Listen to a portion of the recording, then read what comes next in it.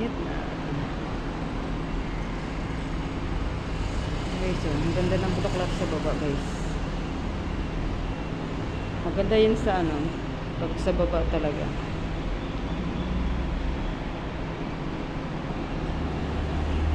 Puno na, hitik ng bulaklak, guys. Ayun. Yung iba wala naman, wala pang bulaklak yung iba. Pero ito, ang ganda niya.